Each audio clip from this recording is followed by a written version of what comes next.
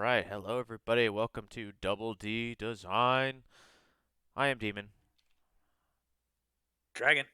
Alright, and today we are talking about maps. Last time we talked about like homebrew and world building, and a big piece of that, I think, is maps. Because you can't have a world without having a map. At least in my opinion, it's really hard to visualize what a world looks like or how things and people interact without having maps, be it city maps or world maps or even like dungeon maps. So I think I wanted to start off today's topic like, how do you go about making your maps, Dragon? I straight draw them. I mean, I do the hand drawn deal. I get inspiration from some of the automatic map generators just to kind of get shapes. Um, I've also tried just messing around with some other random techniques I've picked up here and there. But in general, yeah, I draw the maps out. Yeah, that's valid. I But go ahead. I I enjoy that, right? Like that's an art thing for me. Like I just want to do it. It's fun. I like to do that, and I can see how that for some folks can take a lot of time and skill and stuff that they don't want to put into it. So yeah, I mean, it's just the way I do it. Right, and I've known a lot of internet help areas that are like, well, if you want to Uh, do a totally random map. Take a bag full of dice, and every D4 is a city, and every D12 is a town, and then every D20 is a mountain or something like that. And those are cool. And I even saw one where somebody had like taken a bunch of pasta, like just raw elbows, like macaroni, and they just dumped it on a blank either piece of paper or like a those checkered play mats that people have for D&D and stuff like that. And he's like, okay, just draw around the macaroni, and that's where you get your shapes. And Yep. it works. And definitely like those auto generators, like computers, are super helpful with those that randomness sort of deal. And like I used for a long time, I used Auto Realm, which had a like a fractal option where you just draw, like you'd set a point and you drag and you'd set a point, and it would just be like all this really jagged kind of weird shape, and I would just like keep drawing until I liked the way that it looked, and I'd connect it and I'd be like, oh yeah, that's a continent, that works for me. uh I haven't updated this map, at least world map wise, like since then. I don't have the artistic talent that Dragon has that is required to draw a map out. I'm not that good, No, but it's not that hard. I could teach you. yeah. One of these days I'll have to learn because, I'll be putting maps up as we talk about them. But the way I figure here, we've talked about the physicality of it, right? You can do computers, or you can dump macaroni on a thing, or you can just hand draw it, and if you don't like something, you can erase it or whatnot. And I know you kind of like ink in a lot of your stuff. Pencil first. Yes, that's Just whatever. just for, yeah. I think any Pen, experienced player or even a DM would know that. Like, yeah. like just even just with character sheets, right? Like, no, if I use a pen on a character sheet, like it better be something that's never A ever gonna monster. change, right? Yeah, it's Yeah. horrifying. I would never do that. It's like my character's name. Like, if I'm positive that this is what's gonna happen, even then I don't think I would do that. That's terrifying. Pen on, no way. Um, I don't know, like the permanence of drawing a hand drawn map and then like inking it in, like, oh god, that's terrifying to me. Like if I'm on a computer program, I can very quickly edit stuff. Um, Yeah, I think if you mess it up in ink, you just gotta try to fix it. I don't know how better to explain that. Like, and sometimes you just gotta give up. Be like, "Yep, this looks like garbage, and we're moving on." So, you could always be like, oh, there's never any, you don't have problems, you have happy little accidents. It's like, oh well, I yeah, didn't necessarily like that now, but maybe it'll grow on me, or you can use it for something. Unless it's like so egregious that you just have to like start over. yeah, yep. It's not bad to trace either. That's true. That's true. Yeah, I mean, there's no judgment. I mean, man, trace some maps, do whatever. It's definitely not, as DMs, I don't think it's our responsibility to put so much time and effort into it that if we don't have the time or energy to build a map, yeah, definitely like trace it or just be like, yep, I'm taking a screenshot of this already pre-made map, or I have a module that has maps in it or whatever.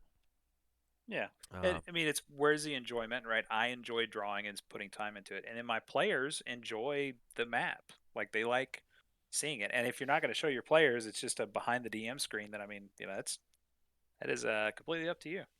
right, and personally, as a player, I love having a map because it's very hard for me personally to visualize geography of places like even in Lord of the Rings. Like I know the names of most of the places, but like I still have to go back to a map and be like, okay, where the hell is a region? Okay, I know Mordor's in the southeast of the map, but like, okay, where is the river Anduin? Where does that start? And so it for me, I think as a player, it would be huge to have a map, and as a DM, I would be dead without a map. So on that, do you nitpick distances while you're running the game and using your map? Like, are you just eyeballing it? Like when See, your players are playing? that is a great question. So, uh, while I'm playing, and as I've mentioned before, Dragon is in my current campaign. I will nitpick to the extent of, generally speaking, how far will a party be able to travel on a road, and be like, okay, generally speaking, that is 20 to 25 miles a day. 25 miles being a really good day. Uh, and then I usually measure in increments of 100 miles. I mean, depending on what map I'm using. So, for example, I'd pull up right now the map of the Ashlands, and along the top, I have just a bar. It's a scale, 100 miles and 200 miles, which I probably should have broken that down even smaller, but I'm an idiot and did not do that. So whatever. Um, but for me, I'm like, okay, from, for example, Necroy to Lupadure is approximately 100 miles. That's going to take like 5 days of travel in good weather on a good road. Um, I don't nitpick to say like, oh, this is 25.3 miles. Like that's a bit much for me. I'll round it out. Like, well, this is less than 100 miles, but probably greater than like 75. So, like it'll be like 4.5 days of travel. Shrug. I found a loophole because I'm one of your players. Yeah, you did. Yep. I can argue in the games and be like, well, I think it's actually 5 days. Yeah, it'd be great. Yeah, yeah. So, I being so I'm from New England is where I grew up, and everything there's no distance. We tell everybody where to go based on how long it takes to get there, and that's just a holdover for how I grew up, and that's how I measure things. I'll be like, well, it'll take an hour, and well, I know in a car an hour is like, well, if I'm going 60 miles an hour, that's pretty easy, but um, it's still hard for me to be like, oh, 100 miles is this versus, well, 5 days is this, if that makes sense. Yeah. How do you operate with large distances like that? Time, but it's in hours, right? I mean, I grew up in Texas, and if you're gonna go somewhere, if it's inside of 4 hours, that's okay. Hmm. Outside of 4 hours, you're starting to get into like some longer distances. Um, but yeah, definitely using time over an hours type period. So I just think bigger. I don't know. I don't know. I hadn't thought about if that influences how I distance and draw things. I feel like there's a lot of folks that would be like, well, this next town is 50 miles away, and then we'll break down how long it'll take at that point. Versus like, well, I know it's 50 miles, or I know it's a 5 hour or a 5 day journey, which must mean it's this distance. I don't know if that's just the way people were raised, or if that's how people's brains work, or just math, which Yeah, I'm not good at. looking at looking back at my maps, I think I do space them out pretty far. I don't think there's a village that's most of these are at least 2 to 3 days apart And so that's an interesting thing. I'd like to bring up or more. with MapWise, right? Is in real life. you have towns and villages, and just use the United States for example, that are like 20 miles apart, and most of the time you don't know why those towns or villages are there, right? There's like, wow, this place in backwoods Nebraska has 4 people living in it. Why is this town here? And then you think about it, and when they were founded back in the day, it's like, oh, that was the distance from the last town that a horse could travel in a day. Yeah, And, and and it, there's a water source nearby, and right. it's a nice place to stop. And so I like when I'm building worlds, when I'm making maps, I like for places to not only make some sort of sense, but have a purpose. And there's so many towns and places in real life that really don't serve a purpose other than somebody's living here. And so I think it's, as a DM, there's that kind of line that you can walk of like, well, how much effort am I willing to, or do I need really to put into it for the make to make this area or this distance between towns, or where this place is on a map, believable. Yeah, and even more so, I feel like you have to kind of do a caricature of a city when you describe these things, because if every one of my villages was stereotypical medieval village number three, uh, the players don't really care. Like and they can't remember it either. They're all the same. They blend together. Like, yeah, that was a village, and that's a mistake I made early in the campaign I'm running now. Is two of my villages, Freeport and Squall's End, were the names of the village. They were the same village, effectively, in the minds of my players. Right, I didn't really give them anything special. There's no, and yeah, they're trading villages on the side of a river that's coming out of the mainland, sure, but yeah, there wasn't anything that really stood out that made that a special place. right. I think talking about like trade cities or trade towns on like rivers, I think that's an important tool that DMs can have when you're making your map, like just a world map or a country map of where you're putting your towns. If you've already built the geography, then that's a huge boon to being able to describe or make towns different. Um, like, hey, this one, looking at my Ashlands map again, for example, you know, Delphinus in the northeast is not only on the coast, but it's along a river, versus Clarifons in the northwest, which is like in a swamp. So those towns, I could do the standard nice and easy pencil whip. Yeah, this is medieval town 1 and 2. We're like, why is this one near a swamp? Okay, what makes it different than the one that's on the river? And I think that's an important thing for DMs to consider for sure. Is like, how can you keep your players' attention and make them, or help them at least remember the different areas. Definitely. Just outlandish stuff. If it even comes down to who the people are in the city, or what are the buildings made of? What's the architecture like? What's the, the this we incorporate the senses, right? What's it smell like? What's it sound like? What's it look like? Um, feel like even Yeah. if it's like a subterranean city or underwater, right? Yep. Earlier in one of your campaigns, we spent a lot of time underwater, Yeah. which was definitely an interesting place to try to build memorable locations. Right. And I think a big part of trying out new things uh, is that map making aspect of, because I didn't have a map of that underwater city, and even I don't remember the name of it off the top of my head. But I remember what it was like. I remember that it was in a large like crater, and there was a coral reef all the way around it, and there was a couple of streets, but there was this big spire in the center that was made out of like coral and black stone, and I think the descriptions will stick into people's head more than a map location.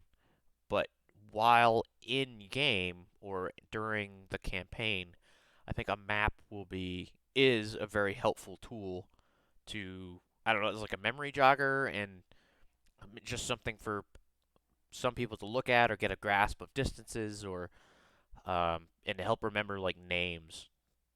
Yeah. Yep. definitely. I think you said something that just kind of sparked my sparked an idea here when we talk about map making Uh-huh. outside of the cities. Yep. Uh, using real Mother Nature is kind of a blueprint. And it's one of those pet peeves of mine when I look at somebody else's map and they've got like a lake and it's got a river that goes to the north into the ocean and a river that goes to the south into the ocean. I, I don't know how often that's actually a thing in nature. I kind of don't think it is. If it's a straight or something like that, sure. But I mean, they're talking like, oh no, it's a freshwater river that flows both ways. Like, okay, magical origin, sure. But I don't think that's it. I think it's non-intentional. Mountains typically are going to have, kind of a wet area on one side and a desert on the other. Those basic building blocks that we're all so used to. It doesn't have to be that way. We can make it however we want, but Right. I like to start with something familiar and then have a reason if it's going to be something else. Right. And I think you don't feel obligated to follow nature, right? You can always explain anything away with magic or divine will.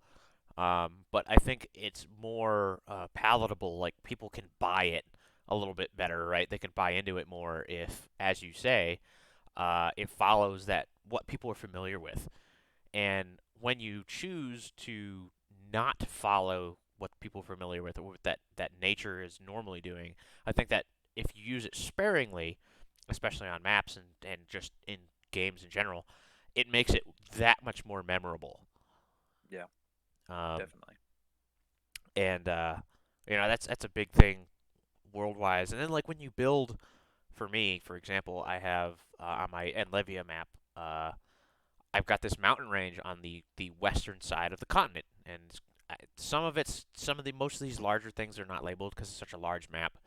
Um, but it's the Dragon Tooth Mountains. They run from north to south, and up in the northwest corner, there's like a kind of a branch where it makes kind of a Y shape, and then it's kind of like a bowl in the mountains, very Switzerland-esque. And I didn't mean to make it that way, but then that's just the way the mountains kind of fell when I first made the map, and I was like, oh my God, I can make a Switzerland style country right here, but how can I give it that twist of making it different and making it a worthwhile and memorable country? But definitely using both that randomness of drawing a map, especially if you don't necessarily know what you want to do when you first build it, and then just yeah, those harkening back to what you're familiar with. Like, hey, there's a hole in the mountains here. Oh, that's Switzerland. It's a defensive area. What can I do with it? Yeah. Yep. Definitely. I, I used there's a site that's d20srd.org. Yep. It's got all kinds of tools, but that's actually what I used for some of the maps that I've got that I'm actually running my campaign in now. Uh huh. Um, but I didn't actually use that. I used that to generate the world, and then I kind of just used it as a general idea of shapes of countries or shapes of continents or Oh, islands. sure. And maybe a little bit of guidance on like, well, hey, a city would go cool here, and then why would it be there? Well, it's in the middle of a uh, forested area, has lots of water and game and all that kind of stuff. All these different things. But using one of those generators to kind of build that, and then looking at what it built and trying to connect the dots, because I don't really have a perfect idea of every single uh, city, and I don't have a full story. I'm kind of making it up as I go, and then I can't even remember what half the stories are until my players get in that area, and now I start to build it for real for Right. them to experience. And I think that's a totally fair way to build and use maps, right? Is not everything has to be totally filled in all the time. Yeah, especially when the players head that direction, then yeah, you should probably, get your act together and make it work so that they're not just in some, again, medieval village A. um, so, for the stuff that you do have, my I have a fairly fleshed out world because I've been playing with it for so long. Yeah. Um, so, how? or if you do, let's say you have a continent, or do you even have a continent drawn, for example? I do. I do. Okay, I mean, I don't. You can't see the north end of it because I kind of just say it. The white, the white north, the Arctic, the whatever you want to call it, right. tundra. Um, but yeah, I definitely do have a full continent and then a smaller island. Yep, And I've got a just an old computer generated off of that D20 SRD, uh, just a printout that I use to kind of give an idea of where continents might be. But as far as what I draw, yeah, I've drawn one continent, one really large island, and then one country, as it were.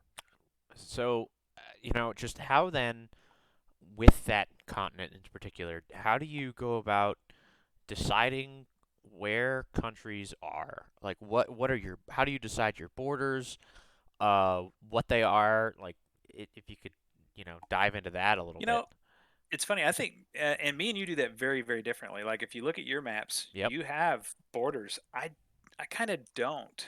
yep, So I go with a just as far as maybe, and you can even say it's a societal structure of this world that I'm in. Is that yeah, there's countries, but where are the lines? Well, I mean they're kind of blurry.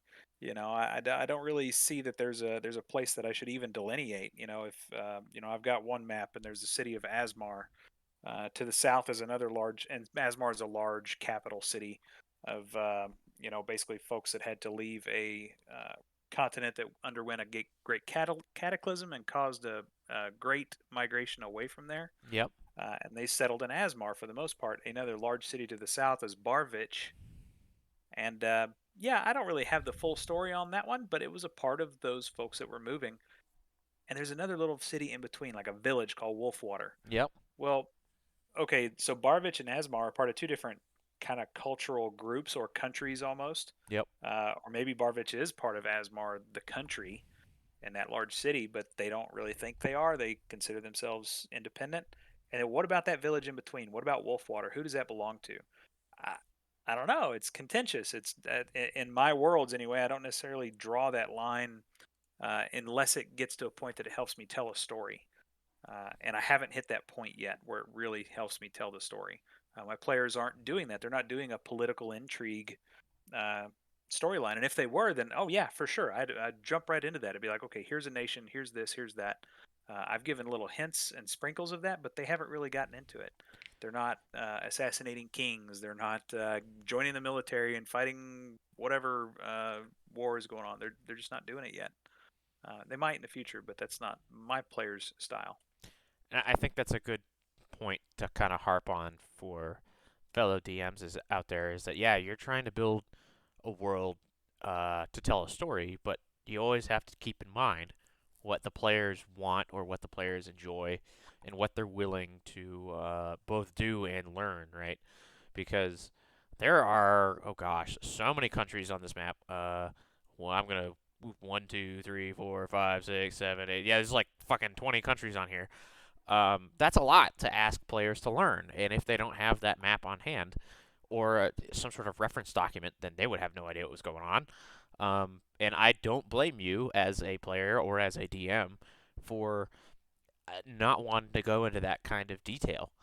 Um, I think having uh, quote unquote modern style countries in the sense that they have relatively hard borders, um, and like capital cities and governments, or at least styles of government, that helps me as a DM inform uh, both world decisions and story decisions, and then what the players can and can't do, or where they maybe can and can't do is not the right term, because like players can do anything. That's just how the game is. Yeah, There are consequences to actions, always, always, always.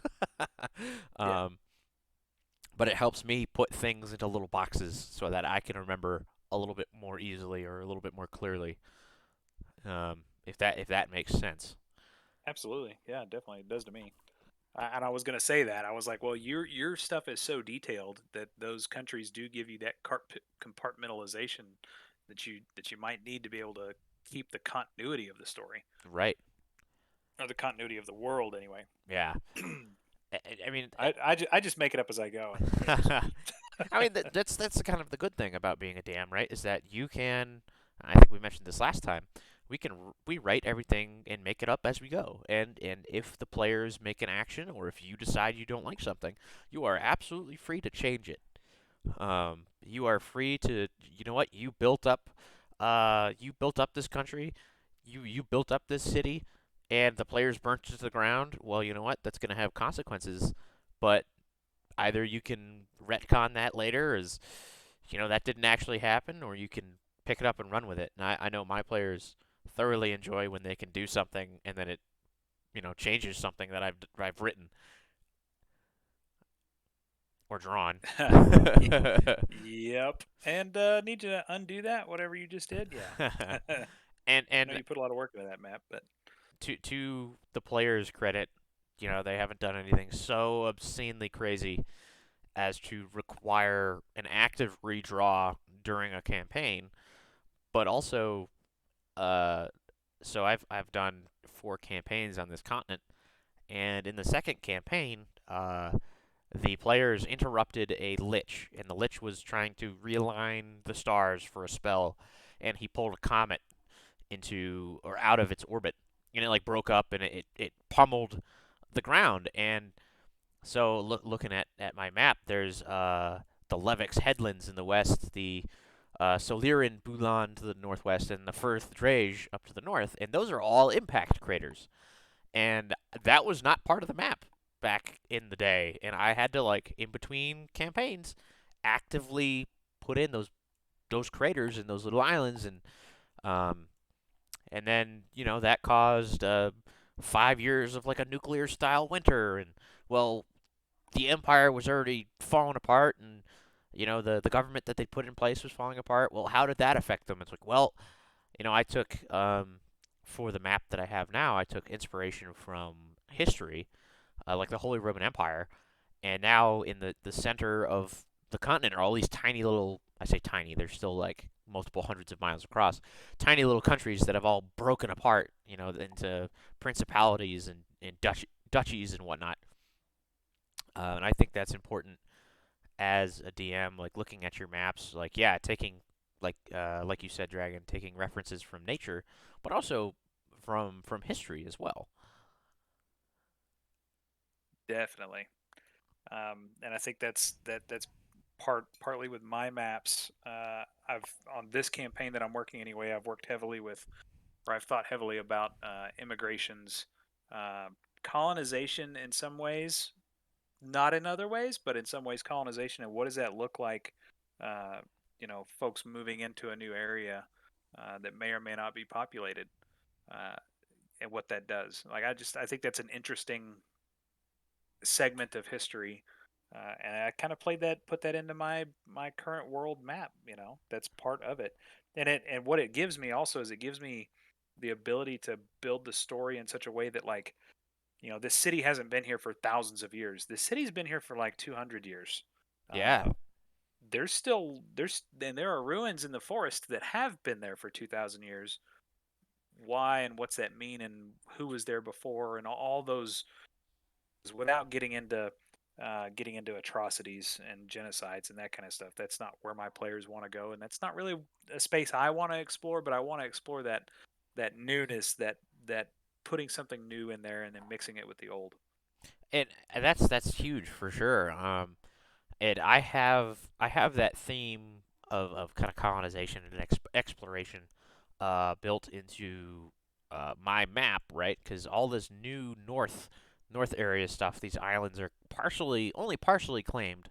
The yellow and the blue area there, Wisania and North Equishire, they're like a brand new nation of oh boy, and I feel stupid looking at this. Gnomes, yeah, gnomes, and like they're huge on exploration, and these islands are brand new. Nothing's been explored there, and they're like trying to expand up northward. And if the players ever wanted to, or if I had a group that eventually wanted to, I could explore that game space. And I think having a large enough map, a large enough world to, if somebody looks at it and says, "Oh, what's going on over here?"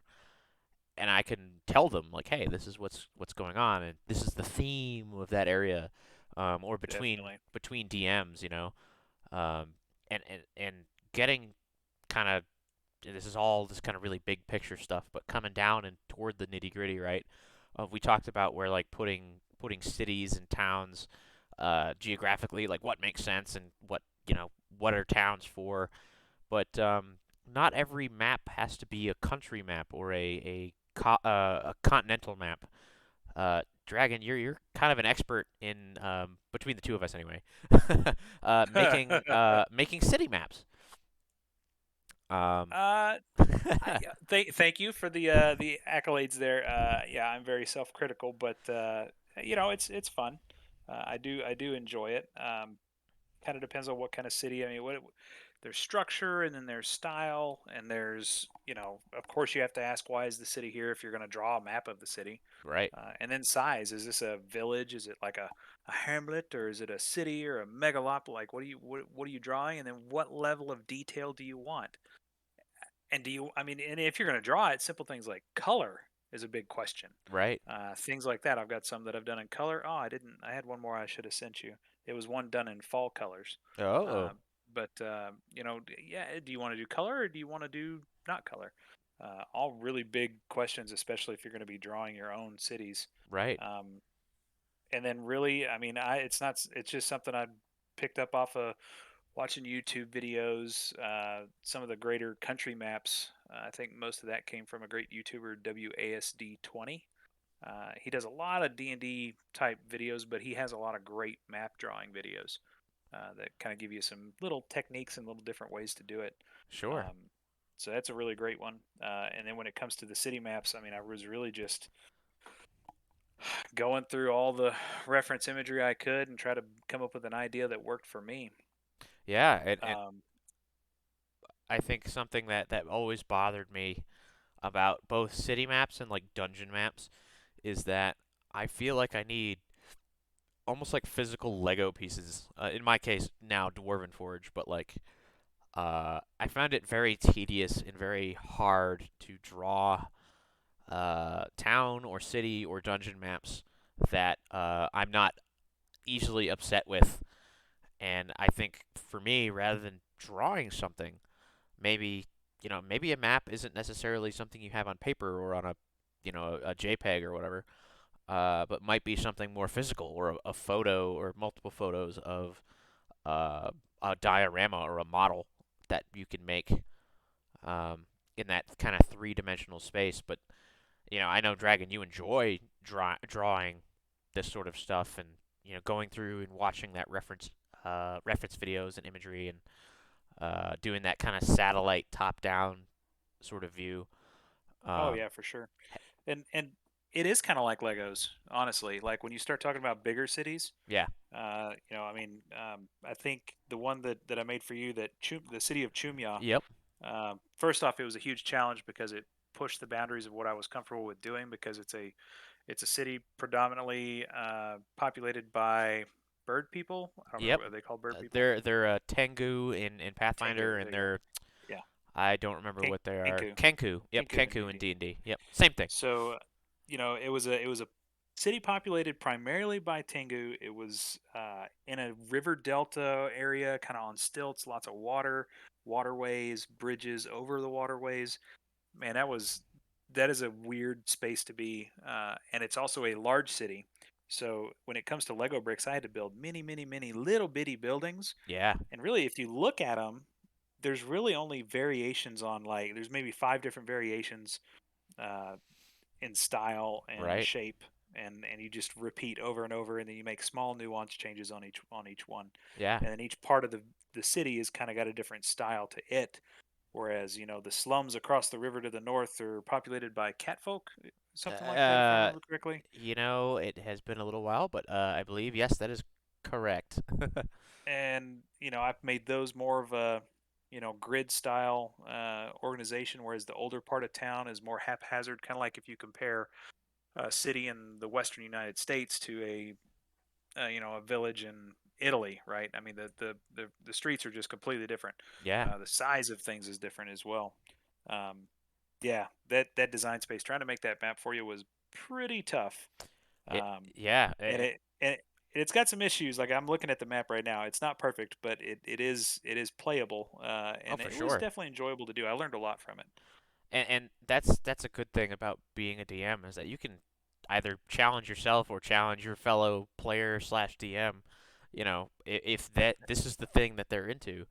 And for me, an interesting disconnect is that I had an idea of where everything was. I could describe to you, like, yeah, the northeast set of islands is the Temple Islands. Well, in the center of the city is where the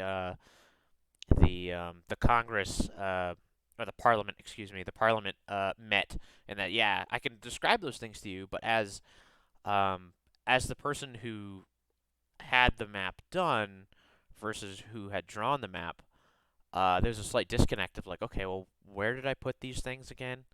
Okay, I can read it. Well, okay, how did he interpret that? I think that's something that, as somebody, as a DM, is like, as you purchase art or you commission an artist or a cartographer, that you have to be kind of aware of. Well, Um, and Go ahead. being okay with like how far off of your idea was the product that you got? Was it completely different? And I'm not getting upset. I'm just Oh asking. no, You know, like a realistic answer is it was pretty damn close to what I had wanted. Because frankly, there was a sense of I didn't know what I wanted, and so I um, filled in the blank. you That's yep. right, and so that's a big thing about visuals is that if you don't have a visual and you have somebody else do that visual, like you're right, you have there's a certain amount of you either have to be willing to accept what has changed or what is different and being able to work it into your narrative or story or world, or and also being able to be like, no, this is not what I want. Here, let me describe for you better, or maybe make a sketch, or do something like, yeah, I can draw a box and some stick people, like, um, Well, yeah, and I called you a few times or you did. texted you or whatever Yep. during this to ask like, hey, by the way, what about these temples? What are they like? What are the gods? What's the style? And I'm still not happy with how that came out. The islands are just weird in shape, and the yeah, you know what I mean. And then the temples themselves, are, whatever. But yeah, definitely have to call for that reference material just to get a little more direction. And this city was also plagued at the time. It This is was supposed to be like I didn't really get to work that in very well. I didn't know how to really show that. right, Um, and I think that could be more like overall like an art style thing where you can you got gray fog or smoke or some sort of other thing that right. I wasn't really able to put in. I think there were a few things though. There was like a crashed ship uh, along the docks. There was a fire or a burned down city block.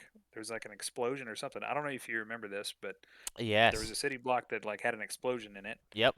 It's on Um, the eastern side of the map there, just under the boardwalk.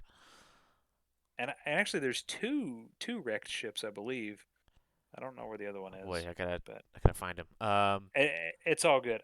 But these are the little things. Like I don't even remember what it's about. Right. But these are the little things that we talk about. Oh, and isn't this the one? Yeah, there's a dragon on one of those ships. Did you notice that? Yes, I do remember that. Yeah, Just yeah, on that farthest, the largest ship down in the kind of southwest corner or edge there, just yeah, to the right of the name Chumia. Yeah, because one of the dragons, one of the ships had I believe, a copper dragon on board.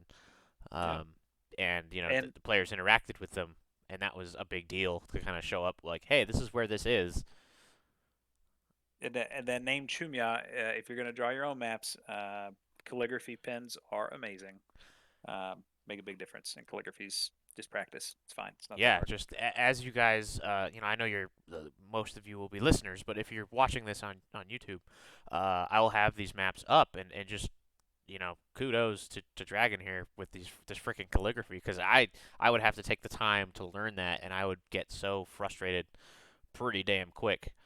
Um, but yeah, I think now that we've talked about the city that you drew for me, right? But like, let's push over to Squall's End here, right? You drew that for yourself for your own campaign.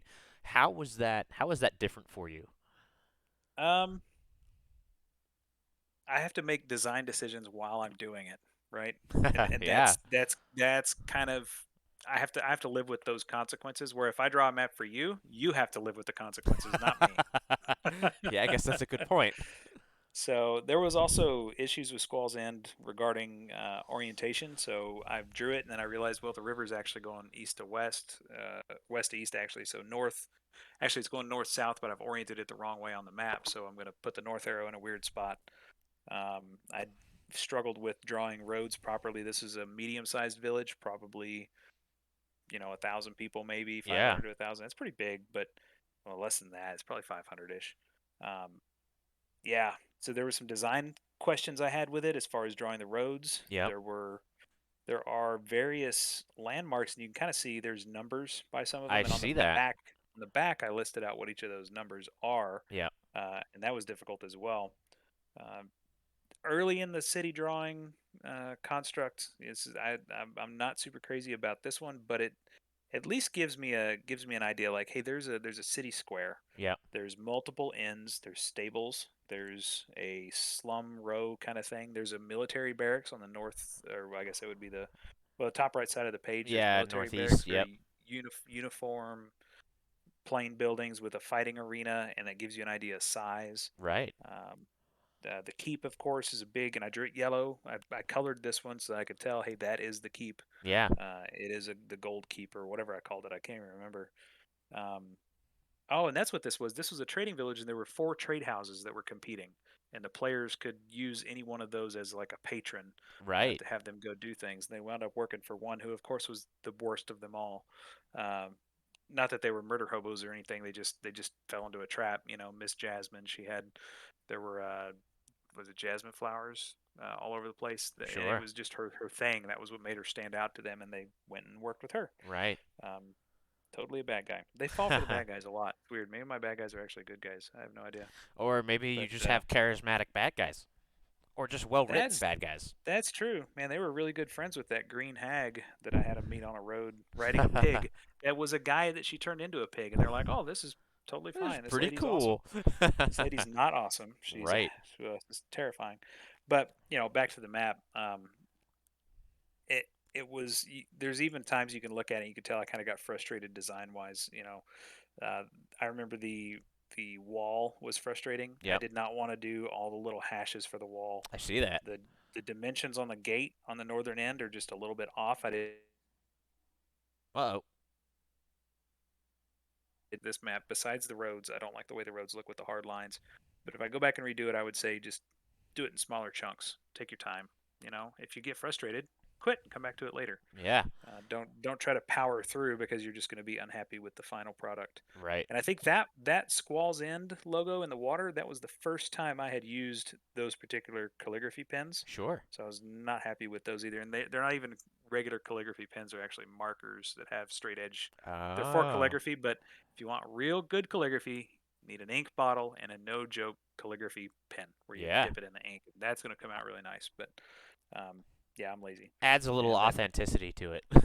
That's true. That's true. But I mean, that's markers are cheaper. But Yeah. I mean, so you were talking about how you had to like work that design aspect in while you were drawing it, but yeah, walk me through like step by step. Like what was the first thing that you drew? What was the next thing that you drew and decided on, and so on and so forth, if uh, you even remember? yeah. I mean, well, the very first thing was just the shape of the coastline, Right. right? So we started with, hey, there's a river here. I know there's going to be land on this part, and I want to orient it in a way. And look at the. And actually, it's funny if you look at it. Look at the wall on the top end of the map where Uh it's huh. just a straight line. Yep. If I could redo it, that would not be the way this is shaped. Because the reason that wall's a straight line is because that's where the edge of the paper is. Oh yeah. Right. So I hadn't really planned out where the village was going to sit, but I knew the coastlines.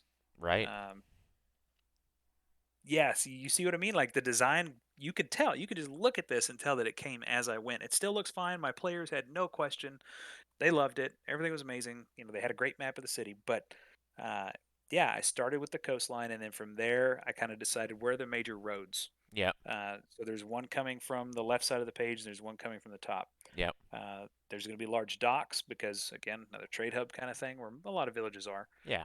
Now, inside the city, where are the roads going to go? I figured, well, you need to get to the docks. So both of those roads are going to basically draw a line to the docks. And then, well, where's the keep? Well, I'm going to put it over here a little bit farther from the water. Well, there's roads going to go there. All right, where do these roads converge? Those are Right. major intersections. And just think about how a village would develop in the real world over time. Yep. That's basically what I'm trying to do. Uh, but this one you can tell I got lazy because I had the crossroads where there's like a bazaar in the center Yeah, of I the see that. village. Yep. Um, but then I just made the roads go like, okay, we'll just make it go in 5 directions everywhere. And maybe that's actually how it would pan out with a small enough village. But Yeah, maybe. I would have liked a little more definition and not such a hard line on those roads. I think you could take those lines out Yeah. and just leave the texturing of the rocks and the Uh-huh. dirt, the little dots, Yep. and it would probably be just as good. I think it's an important lesson here is that, you might not have been happy with it, but it turns out your players enjoyed the area or at least knew what the hell was going on or what was where. Oh yeah, And, I think that's a huge deal of like we were talking about earlier, just accepting something isn't necessarily up to standard and maybe you can fix it for sure. You can always spend time to redraw it or totally do something new, but if this is what the product you have at the time and you're okay with it, then you know what? If you think your players will enjoy it, then that's or use it at least, then I yeah. think Just that's good just enough. press, Yeah. use Don't it. be afraid of seeing or using something that you don't like and just because you don't like it, you're gonna you're gonna make it so that the players don't like it. Well, that's not necessarily the case, And I think this is just a lesson in craft in general, art and craft. right? Is you're midway through the project, whatever it is, it looks like trash. You don't want to finish it. Oh, this is just finish it. Just finish the map, finish whatever you're making, and at the end, you'll see it may not be perfect, may not be what you really wanted, but it's a whole lot better than you thought it would be. Right.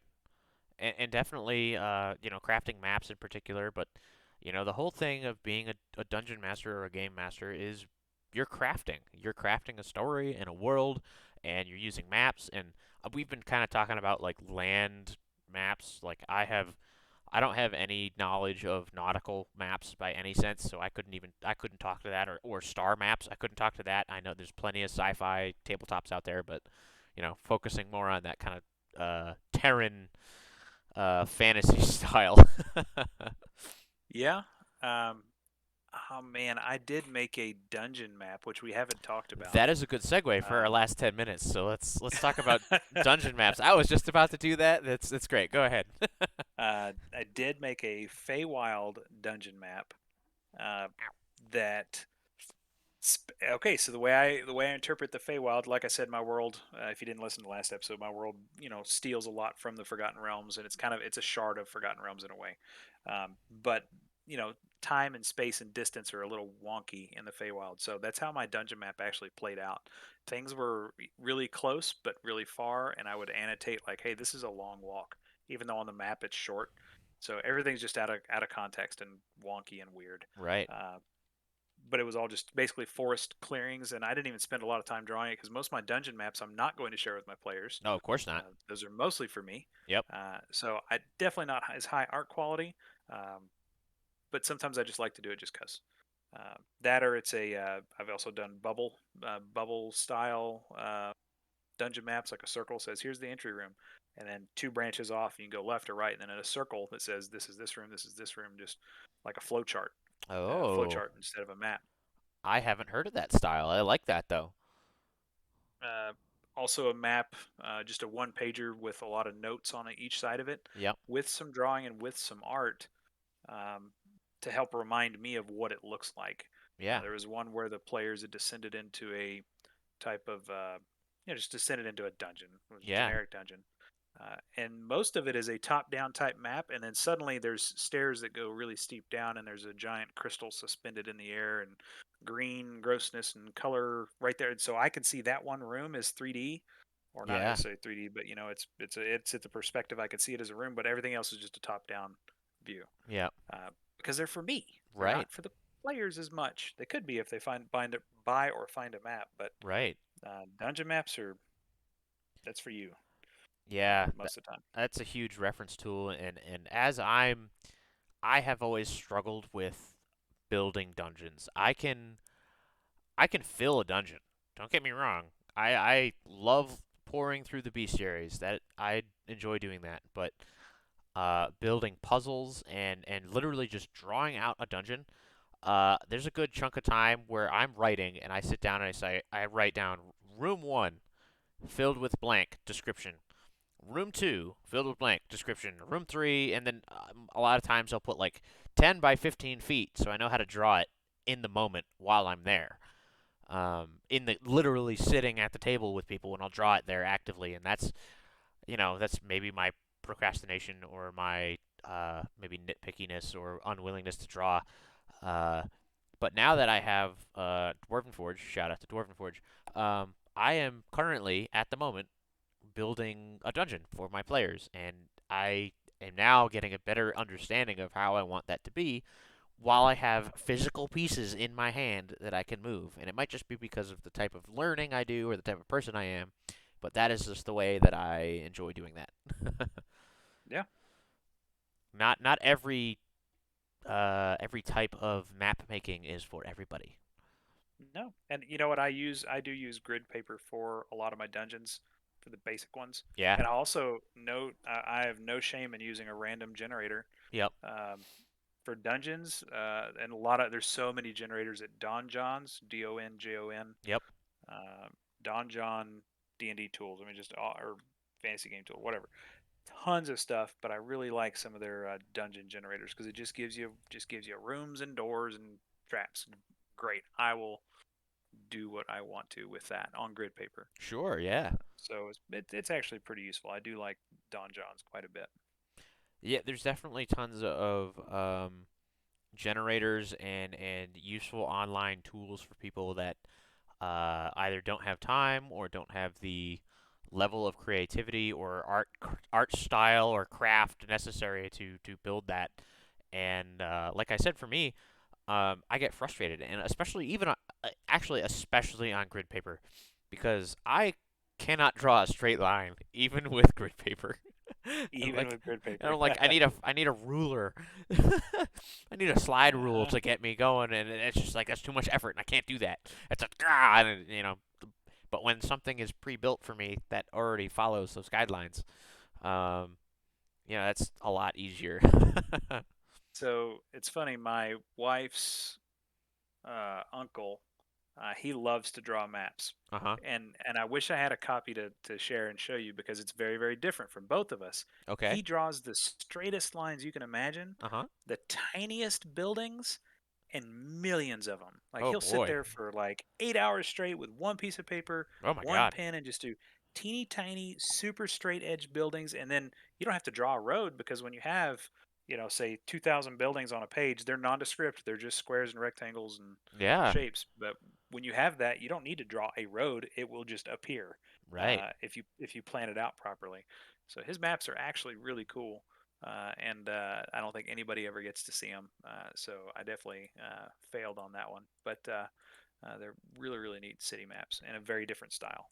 Yeah. That's crazy. I've seen a video of this gentleman that like he can go up in a helicopter and look at a cityscape, and then he can get down. He can land, and then he can like draw the cityscape from memory, which is mind blowing to me. And people who can draw like that, who can do like perfectly straight lines and all these tiny little squares and sit there for 8 to 12 hours, like that's like a superpower to me. And I'm so glad that there are people on this earth that can do that, but I am certainly not one of them. Yeah, it's yeah. There's some real talent out there. Some real serious talent. Yeah, And I wonder about trying to commission folks to do some art and those sorts of things. But I don't know. I mean, it's to me it's kind of personal too. I do enjoy making my own and doing my own thing. right. So And that's a big deal is how personal do you want the game to be and the craft of map making to be? How much do you want to pour your heart and soul into it? And how much do you want to not only share it with your players, but maybe just keep it to yourself? Sometimes I'll make things that I almost guarantee no one will ever see or is not going to see for a long time. and just do it for the love of the craft. And so I can totally understand not wanting to outsource necessarily. Yeah, and I did share with you that map I was talking about through Discord. But Oh, yeah, yeah, I'll bring that map up. Holy mother of God, yeah. yeah, Um, you see what I'm saying? I will. Holy shit, yeah. I'll make sure that everybody gets to see that map as well, cause god damn, that's impressive. What? Like I said, you don't even, dude. He just, Wow, it's what he does, man. It's amazing. wow, that's impressive. That's huge. Oh my god, yeah. Yeah. You could commission him to do a city for you. Holy shit. Oh yeah. Oh yeah. Mind blown here, guys. This is Yeah. I amazing. can't. I can't draw like that. No. I mean, I feel like I can because it's just squares. But oh my gosh, that's a lot of Wow. squares It's and a lot of planning a lot of and a freaking lot of squares. planning. So he planned that out, and I'm not discrediting him by any means. It's amazing. No, yeah, But it's an yeah. interesting thing to look at how people design cities. I know you mentioned it earlier, right? The comparison between Las Vegas, which is like a grid, and then looking even at a similarly sized city like Boston. And have you ever driven through Boston by chance? No. Okay, so Boston, when it was founded back in the late 1600s, um, mostly the roads were cow paths. It was just where cows went to pasture and back, and that's where they freaking paved the roads. And it is just all sorts of windy, wonky bullshit. And so then I think it's an interesting dichotomy of people who are like designing as they go through it, and then people who lay that stuff out beforehand. And I think laying it out beforehand is a huge boon to making sure you get what you want on the first try. But there's nothing wrong with doing that try 3, 4, 5 times if you have to and if you want to. Yeah. Definitely. So I think going a little bit more macro, just as we kind of wrap up here. I know we talked about developing maps and putting uh, different countries and cities in certain places along the way. And next time we're going to talk about nation building, I believe, is the next topic. Um, yeah, so just how we determine where countries are and how do we build them, and talking about what players want out of areas, and meshing that world building aspect into that map making, or visual example, and then adding that story layer onto and that flavor onto those colors and words on the map. But yeah, I think that's what we're gonna get into next time. But for today, that was a great discussion on map making. Thanks for joining me, Dragon. For sure. Yeah. It's a good time. And thank you all for listening. Next time, like I said, nation building, and yeah, we will see you all next time. Have a great night, everybody. See ya. See ya.